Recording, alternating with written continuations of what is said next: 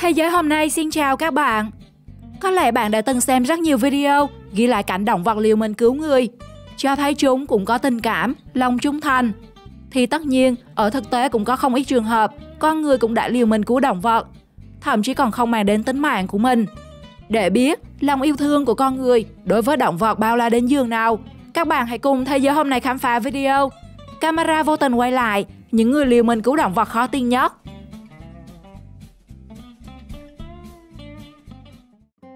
Con cáo này không tìm được đồ ăn trong khu rừng và nó đành đánh liều xuống phố để tìm thức ăn. Cô gái thấy vậy liền đút cho nó những mẩu bánh mì, giúp nó vượt qua cơn đói. Từ đó về sau, mỗi khi đêm xuống, nó đều ghé qua để xin đồ ăn ở chỗ người phụ nữ. Và cuối cùng, một người một thú cũng trở thành bạn của nhau.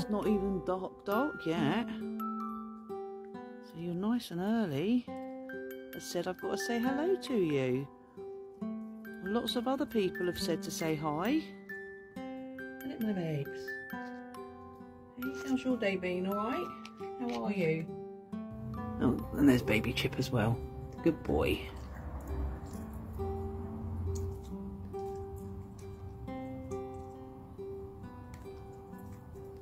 It's okay. Chip, Chip. Yeah, Chip, Chip. There. You good girl. Is that nice? Is that lovely? Is that lovely? Yeah. You're a good girl. Yes. Beautiful. There we go. Second stroke. Happy days. There we go, my precious. Diễn biến khác, một con cáo đã bị mắc kẹt vào nạn cây, nhưng may mắn nó đã gặp được thanh niên tốt bụng.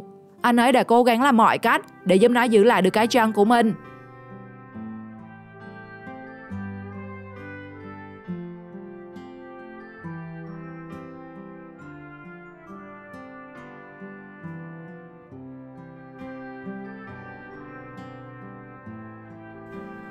Thay vì chấp nhận từ bỏ để con chó sói đối mặt với cái chết, người phụ nữ đã nỗ lực bằng tất cả tình yêu thương của mình để hô hấp nhân tạo, ép lồng ngực giúp nó giữ lại được tính mạng.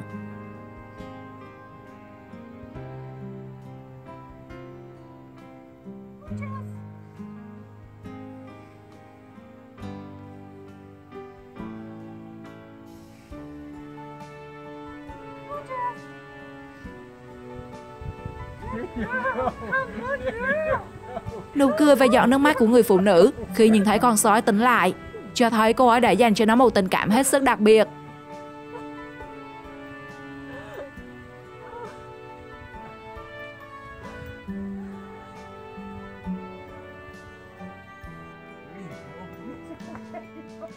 Một gia đình đang đi thuyền trên biển thì họ phát hiện một con kangaroo đang bơi cách xa bờ.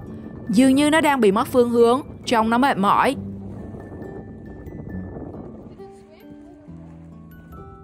Họ quyết định giúp nó vào bờ. Người đàn ông đã cúi xuống nắm lấy chân và cơ thể kangaroo, trong khi người khác thì điều khiển chiếc thuyền chạy vào bờ. May mắn gặp được những người tốt bụng nên con kangaroo đã an toàn.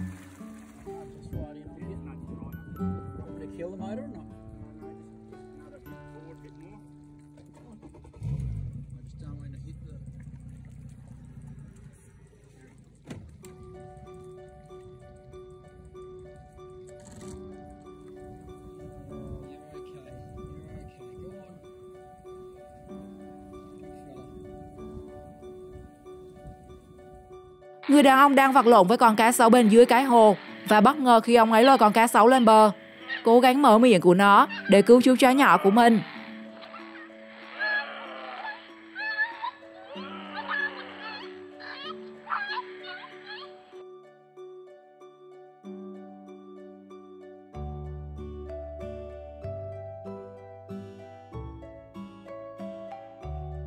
Một con rùa biển chẳng hiểu vì sao lại bò thẳng vào sâu trong đất liền. Ngay khi nó đang thoi thóp chờ chết, thì may mắn gặp được chàng thanh niên tốt bụng. Anh chàng đã không ngại đường xá xa xôi, mang nó thả ra biển một cách an toàn.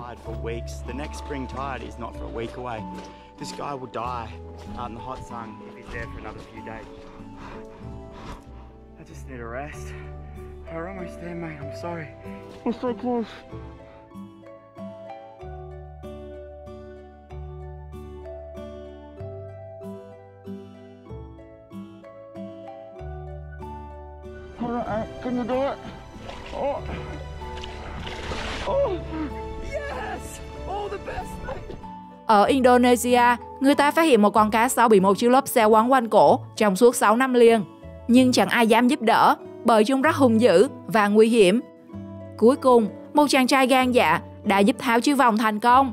Nhưng chắc chắn đây là việc làm không đơn giản, bởi đây là con cá sấu ngoài tự nhiên, nên nó đòi hỏi lòng dũng cảm và cả tình thương đủ lớn dành cho con vật.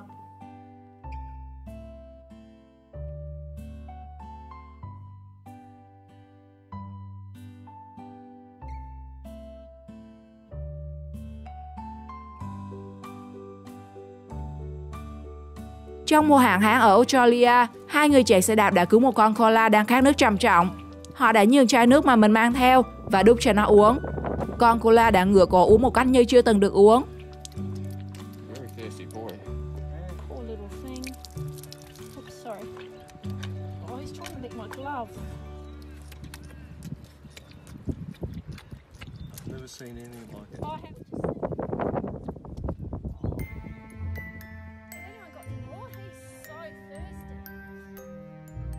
Trông thấy một chú chim bồ câu đang tìm nước uống trên mái nhà.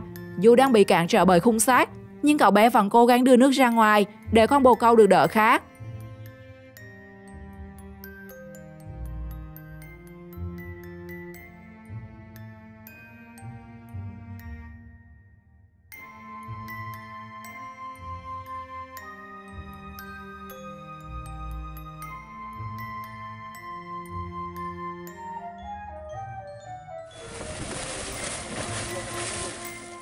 Sau 3 ngày rơi xuống cái giếng bỏ hoang, con voi đã chẳng còn sức lực để chiến đấu với tử thần. Thế nhưng nó đã không bị bỏ rơi bởi những con người có lòng tốt và yêu thương động vật. Họ đã hợp sức lại bằng mọi cách, huy động mọi phương tiện để có thể đưa nó ra khỏi cái giếng. Sau bao nỗ lực, con voi đã có thêm cơ hội được sống trên trái đất này.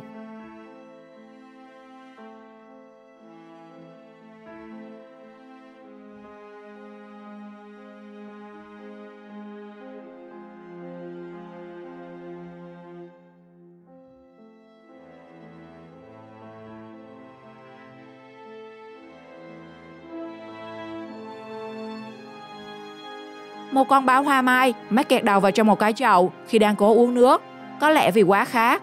Và một điều chắc chắn là nếu để nó mang cái chậu kiểu này, thì sớm muộn nó cũng đi chầu chờ mà thôi. Để giúp nó, người ta đã hợp sức bắt con báo lại và tiến hành lấy cái chậu ra rồi thả nó về tự nhiên.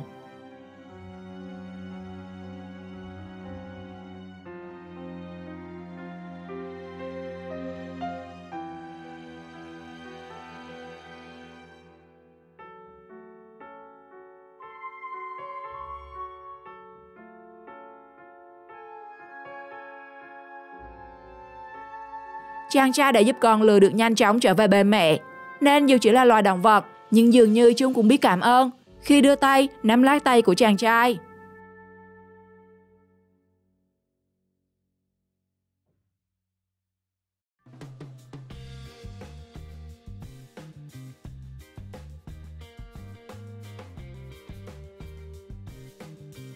Con Trang đã nuốt thứ gì đó mà nó đã không thể tiêu hóa, và các bác sĩ thú y đã giúp nó lôi ra. Và thật bất ngờ khi nó đã nuốt một bộ đồ bơi.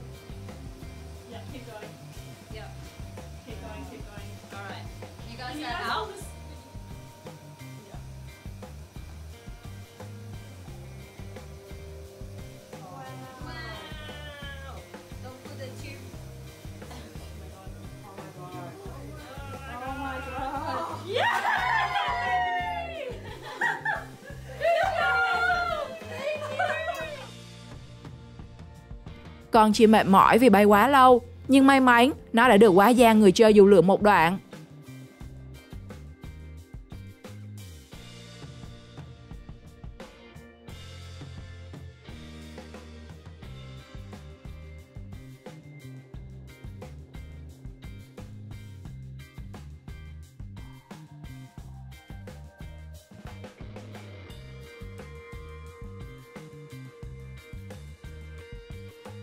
Dù tổ chim nằm trong khu vực sửa chữa đường dây điện, nhưng anh thợ điện tốt bụng đã không để những chú chim non bị sứt mẻ miếng nào. しゃびよる。怖くないの？大丈夫？全然。おっしゃよ。おっしゃびよ。あきしゃびよ。ええ。あっしゃびよ。あっしゃびよ。いいだけどね。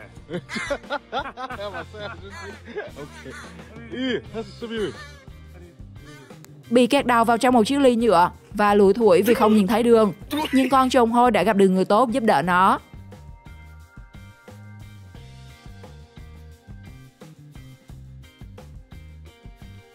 I'm just trying to help you out, homie. Don't try to flex on me. Get out of here. Go. Dù bất hạnh bị mất một chân, nhưng con voi đã được những con người luôn yêu thương và chăm sóc. Chẳng những thế, nó còn được chế tạo cho một chiếc chân giả để có thể di chuyển dễ dàng.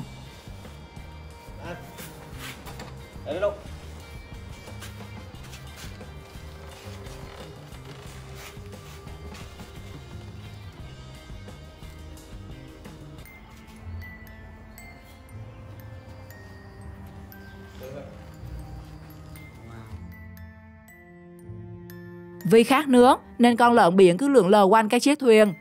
Nếu chẳng ai quan tâm, có thể nó sẽ phải đối mặt với những vấn đề về sức khỏe. Nhưng may mắn nó đã gặp được người biết nó đang muốn gì và giúp đỡ.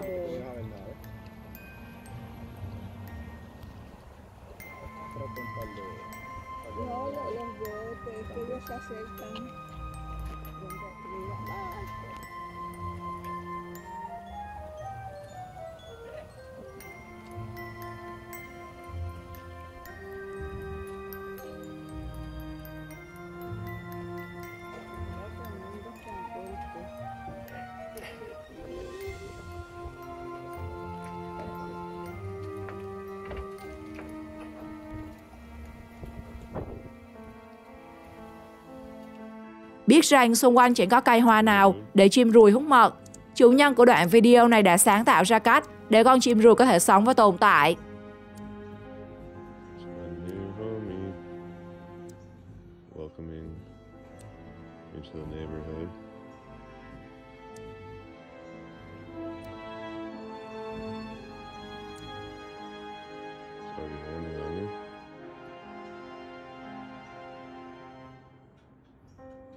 Phát hiện một con gấu đang lội trên hồ cùng với một chiếc bình nhựa mắc kẹt trên đầu, những người đi thuyền đã tìm cách tiếp cận và giúp nó tháo cái vật bị vướng ra.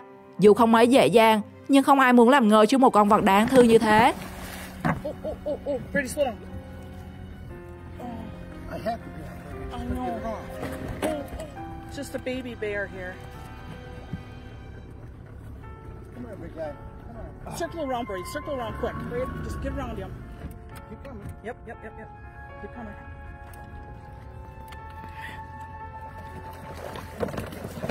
Yes. Gotcha. Yeah, go. We saved our little bear. Good job, buddy. Swim happy.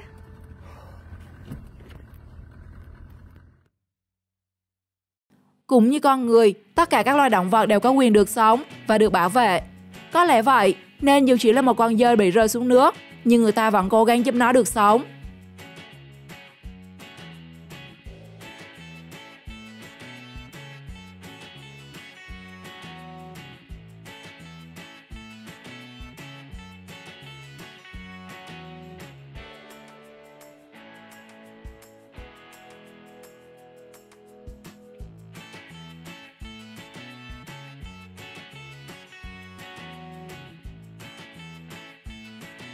Một con chim đã nuốt phải thứ gì đó, khiến nó không thể tiêu hóa, thậm chí là không bay được. Để rồi sau bao cố gắng của người đàn ông, vật lấy ra từ miệng con chim khiến mọi người không khỏi bàng hoàng, khi đó là nguyên một chai nhựa. Thực tế ngày nay, không ít các loài động vật nuốt phải các loại rác thải nhựa. Do vậy mọi người nên hạn chế sử dụng loại vật liệu khó phân hủy này để bảo vệ môi trường nhé.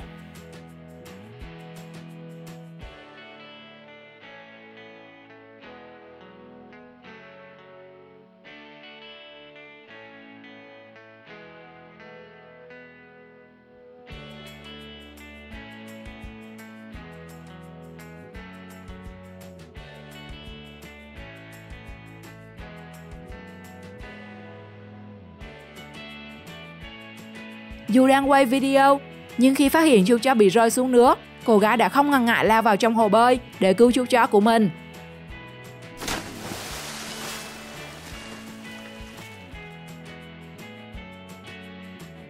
Phát hiện những chú vịt con bị rơi xuống cống, thế là một phi vụ giải cứu ngoạn mục đã được một nhóm bạn thực hiện. Kết quả là 4 chú vịt con đã được đưa lên khỏi miệng cống an toàn.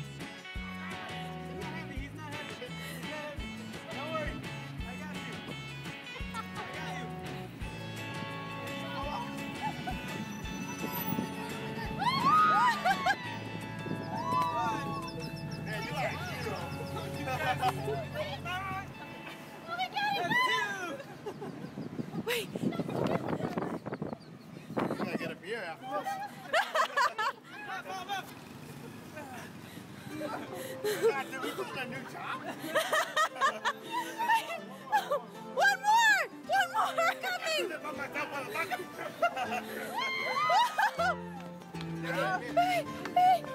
Come here. Look at all those little birdies. Where did you put them? There's 4. I thought there were... Con thỏ lạc vào đường ray tàu điện ngầm. May mắn là không bị cán chết. Nó đã được các công nhân đang làm việc phát hiện. Họ đã cứu và nhận về nuôi.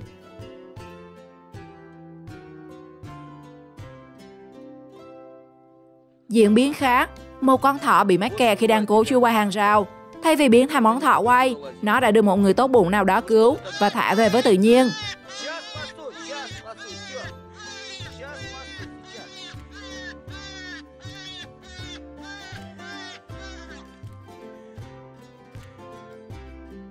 Không chịu nổi đau đớn, khi chiếc lưỡi bị kẹp vào một hộp thiếc, con gấu Becker đã đến cầu cứu con người.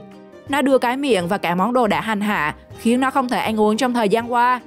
Nhờ sự chủ động, con gấu đã một phần tự cứu lấy mình, bên cạnh sự giúp đỡ của con người. Давай. Больно тебе?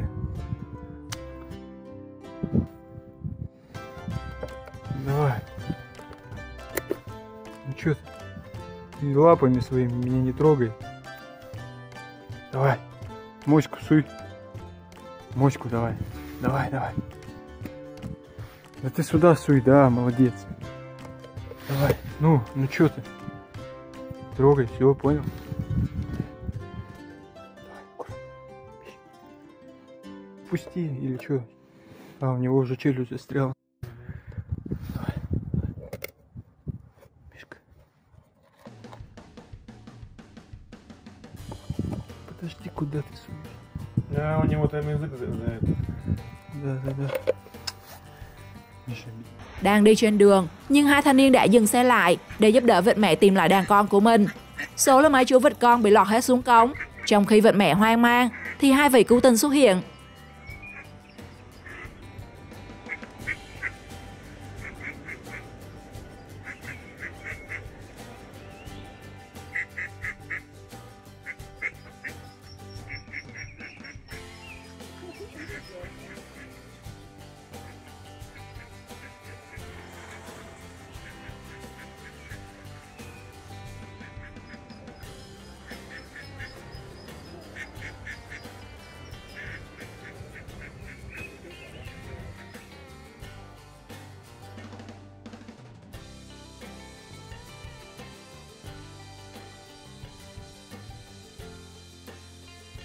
Một con đại bàng chẳng hiểu vì nguyên nhân gì lại rơi vào đầm lầy.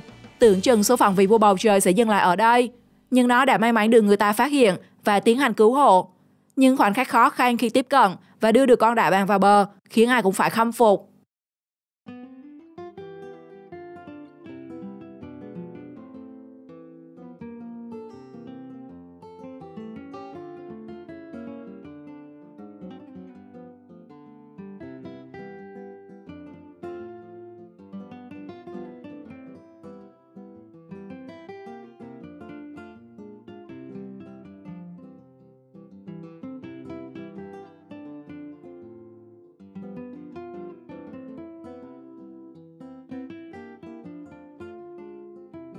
Có lẽ vì không tìm được nguồn nước trong rừng, nên chú sóc này đã tìm đến con người để xin nước.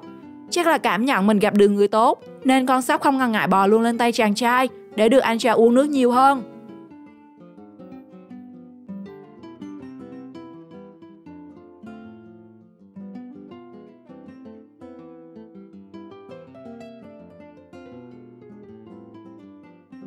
Tình huống giúp đỡ động vật nào làm bạn cảm động nhất? Hãy comment chia sẻ với mọi người trong phần bình luận nhé.